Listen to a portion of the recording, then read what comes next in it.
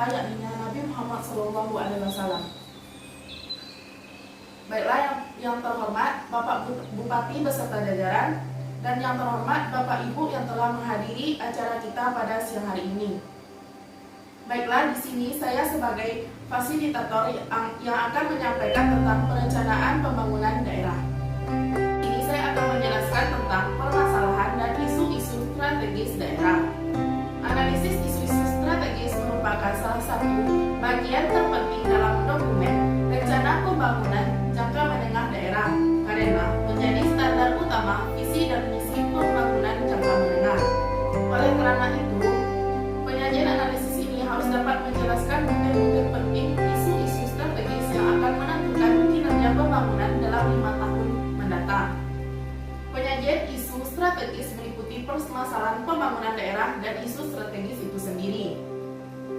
Yang pertama yaitu permasalahan pembangunan. Permasalahan pembangunan daerah merupakan expectation antara kinerja pembangunan yang dicapai saat ini dengan yang direncanakan serta antara apa yang ingin dicapai di masa datang dengan kondisi real saat perencanaan dibuat. Potensi permasalahan pembangunan daerah pada umumnya timbul dari kekuatan yang belum tidak digunakan secara optimal, kelemahan yang tidak diatasi, peluang yang tidak dimanfaatkan, dan ancaman yang tidak diantisipasi.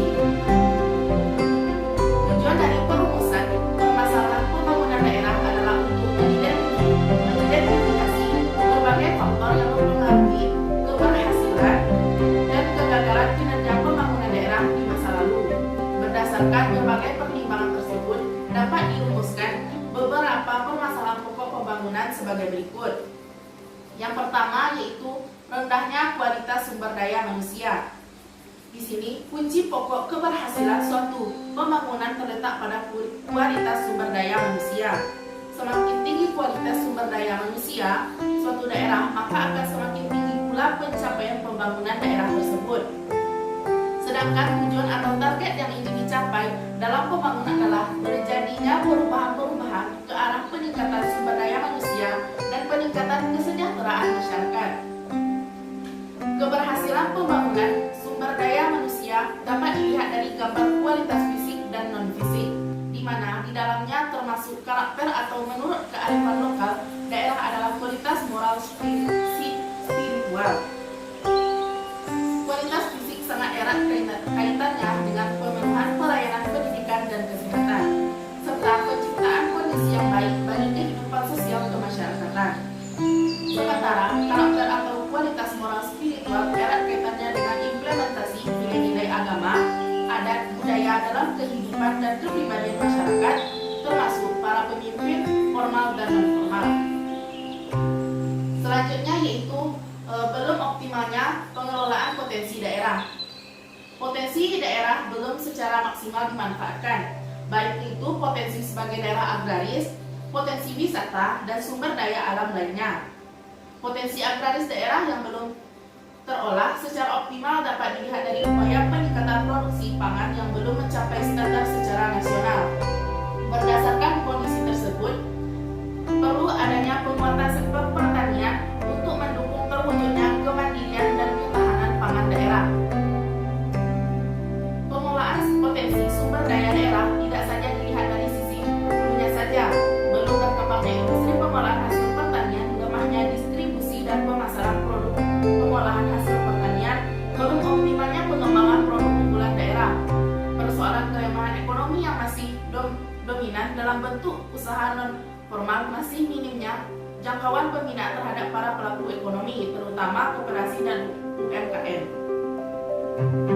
Selanjutnya yaitu rendahnya kualitas pelayanan publik. Kualitas pelayanan publik dapat dilihat dari sejauh mana ketepatan, ketertiban, dan kecepatan pelayanan dilakukan terhadap pihak yang membutuhkan, baik masyarakat umum maupun aparatur pemerintah selaku bagian dari unsur masyarakat dan selaku aparatur pemerintah. Rendahnya kualitas pelayanan publik yang dirasakan saat ini disebabkan oleh beberapa persoalan yang dapat dibebaskan sampai akhir periode rencana pembangunan jangka menengah daerah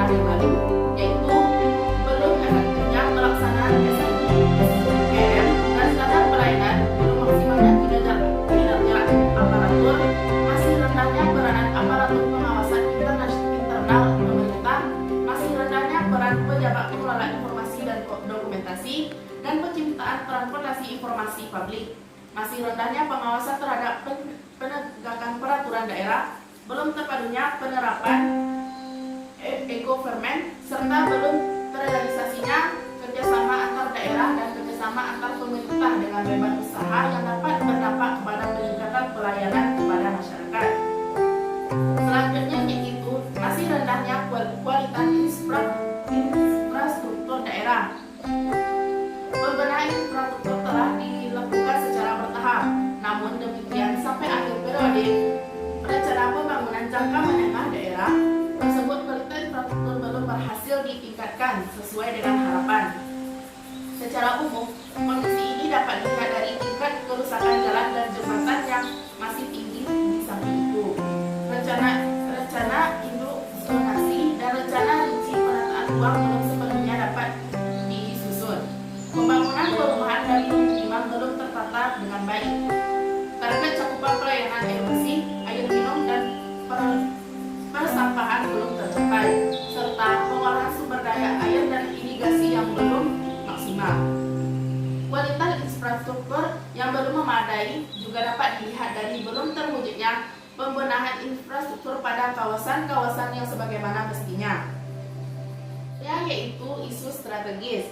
Dengan memperhatikan permasalahan pembangunan secara internal sebagaimana diuraikan pada bagian sebelumnya, serta kondisi eksternal yang terjadi, maka beberapa isu strategis yang akan mempengaruhi penyelenggaraan pemerintah dan pembangunan selama 5 tahun mendatang yaitu: yang pertama, peningkatan pemahaman dan pengalaman di tengah masyarakat untuk membangun pengaruh negatif budaya global. Isu strategis ini jika dihubungkan dengan isu strategis pemerintah pusat dalam pemerintah Provinsi Sumatera Barat, maka isu strategis pemerintah pusat adalah meningkatkan kualitas sumber daya manusia. Sedangkan dihubungkan dengan pemerintah daerah Provinsi Sumatera Barat, terdapat isu strategis pembangunan mental dan peningkatan pengalaman nilai-nilai adat dan agama. Yang kedua yaitu meningkatkan daya saing produk dan jasa melalui peningkatan kapasitas pelaku usaha ekonomi kerakyatan dalam menghadapi dunia. Isu strategis ini jika dihubungkan dengan isu strategis di pemerintah pusat dan pemerintah Provinsi Sumatera Barat, maka isu strategis pemerintah pusat adalah pertumbuhan ekonomi yang tinggi dan berkelanjutan. Sedangkan dihubungkan dengan pemerintah daerah Provinsi Sumatera Barat, terdapat isu strategis pemberdayaan usaha mikro, kecil, menengah, dan koperasi. Yang ketiga itu pengembangan destinasi wisata dan daya tarik wisata dengan tetap memperhatikan nilai-nilai budaya daerah. Isu strategis ini jika dihubungkan dengan isu strategis pemerintah pusat dan pemerintah Provinsi Sumatera Barat, maka isu strategis pemerintah pusat adalah pertumbuhan ekonomi yang tinggi dan berkelanjutan. Sedangkan dihubungkan dengan pemerintah daerah Provinsi Sumatera Barat, isu strategis yaitu penguatan struktur ekonomi dan daerah dan globalisasi dan peningkatan daya saing daerah. Yang keempat itu kemandirian dan ketahanan pangan untuk mencapai kedaulatan pangan. Isu strategis ini dirumuskan dengan mempertimbangkan semua dinamika yang terjadi saat ini, baik dinamika lokal, regional, nasional, maupun global, yaitu dengan memperhatikan target-target yang berhubungan dengan ketahanan pangan. Isu strategis ini pemerintah pusat dan pemerintah Provinsi Sumatera Barat. Yang kelima yaitu penanggulangan kemiskinan dan pengangguran. Isu strategis ini jika dihubungkan dengan isu pemerintahan pusat dan pemerintah Provinsi Sumatera Barat, maka isu strategis pemerintah pusat adalah percepatan pemerataan ekonomi yang tinggi dan berkelanjutan, peningkatan kualitas sumber daya manusia. Sedangkan jika dihubungkan dengan pemerintah daerah Provinsi Sumatera Barat, yaitu pengurangan tingkat kemiskinan dan ketimpangan pembangunan antar daerah dan pengurangan pengangguran. Yang keenam yaitu pemerataan akses layanan dan peningkatan mutu pendidikan. Isu strategis ini jika dihubungkan dengan isu strategis di pemerintah pusat dan pemerintah Provinsi Sumatera Barat, maka isunya yaitu peningkatan kualitas sumber daya manusia dan peningkatan kualitas sumber daya pendidikan, dan masih menjadi sebuah masalah yang harus diselesaikan di kabupaten di maupun kota. Yang ketujuh yaitu peningkatan derajat kesehatan masyarakat.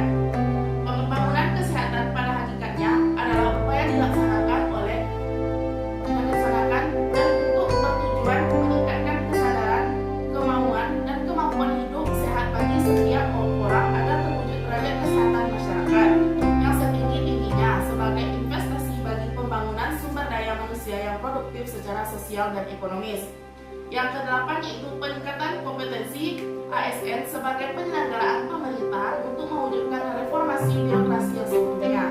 Dan yang kesembilan yaitu mendekatkan dan meningkatkan kualitas pelayanan publik melalui penguatan pemerintah dan lembaga negari. Itu sesuai dengan amanat Undang-Undang Nomor 25 Tahun 2009 yaitu tentang pelayanan publik. Yang ke-10 yaitu percepatan pembangunan IKK serta maksud pusat pemerintahan dan pertumbuhan ekonomi serta pemerataan pembangunan di kawasan strategis lainnya yang berwawasan lingkungan. Dan yang terakhir yaitu pengendalian perubahan lingkungan iklim dan konvensi SDA. Isu lingkungan merupakan hal yang penting dan harus diketahui oleh masyarakat banyak karena pada saat ini menjadi permasalahan global yang menyebabkan perubahan iklim yang berpengaruh besar terhadap lingkungan.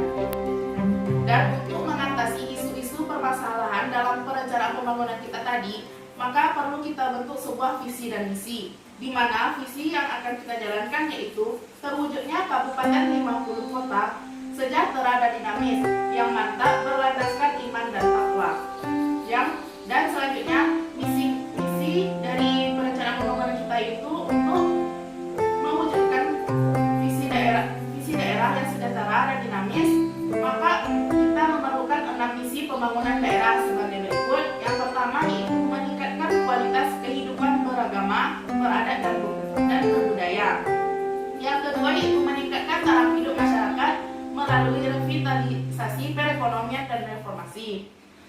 Yang ketiga yaitu meningkatkan kualitas sumber daya manusia. Yang keempat meningkatkan tata kelola pemerintahan dan kualitas pelayanan publik.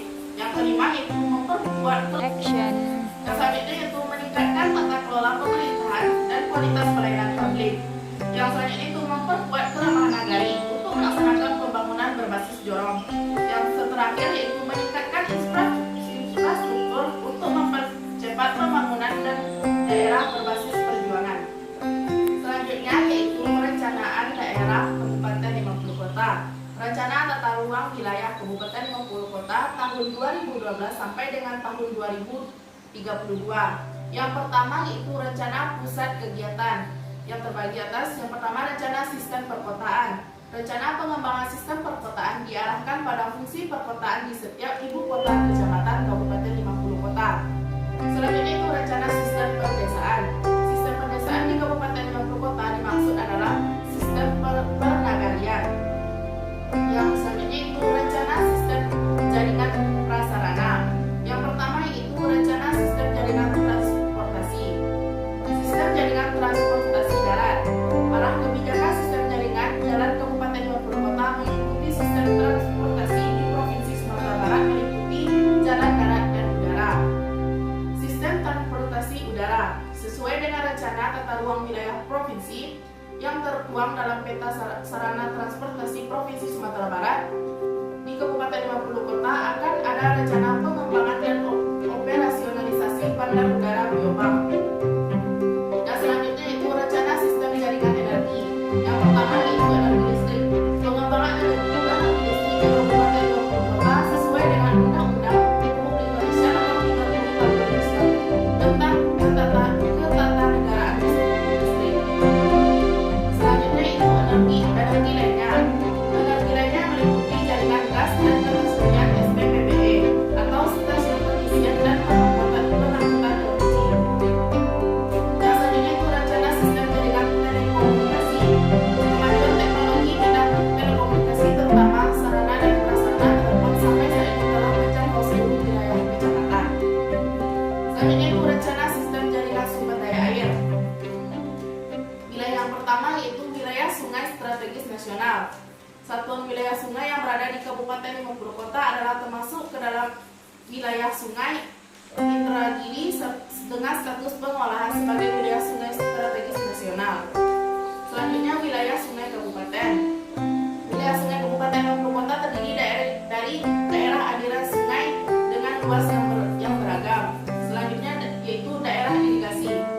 Daerah irigasi yang terdapat di Kabupaten 50 Kota yaitu terbagi atas dua. Kewarganegaraan itu provinsi dan kabupaten. Selanjutnya itu prasarana air baku untuk air bersih. Kebutuhan sumber daya air baku diperlukan bagi pemakaian keperluan air penduduk industri pertanian. Yang terakhir yaitu rencana sistem prasarana lingkungan pemukiman. Yang pertama yaitu sistem jaringan persampahan. Dalam skala kabupaten maupun kota, sampah ditangani oleh Badan Lingkungan Hidup, Kebersihan dan Pertanaman dengan pengakuan secara komunal, yaitu di mana sampah dari pihak rumah tangga diangkut oleh petugas kebersihan. Yang kedua itu sistem jaringan air minum. Sejauh ini, pemerintah Kabupaten 50 Kota telah mengembangkan dan memanfaatkan beberapa sumber air yang ada dan kemudian dikelola untuk didistribusikan. Selanjutnya itu sistem jaringan drainase. Perencanaan jaringan drainase di Kabupaten 50 Kota pada masa mendatang tetap diarahkan pada pemanfaatan fungsi sungai-sungai sebagai saluran utama. Jadi sekianlah yang dapat saya sampaikan tentang perencanaan pembangunan daerah Kabupaten 50 Kota kita ini. Baiklah dari Bapak dan Ibu, apakah sudah setuju dengan perancangan yang telah saya sampaikan atau ada sanggahan dari Bapak Ibu sekalian? Menurut saya dari bagi-bagi dan telah direncanakan tadi, saya sudah Action. sudah sesuai dengan apa yang harus Action. sudah sesuai dengan kondisi di Kabupaten Bangka Kota ini. Semoga kedepannya dapat berjalan dengan lebih baik. Terima kasih. Action. Terima kasih kepada Ibu telah memberikan sanggahan.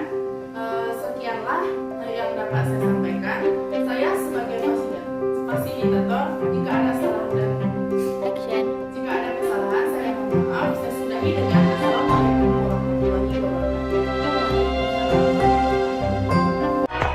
Yo, I ain't here for the money, I ain't here for the fame.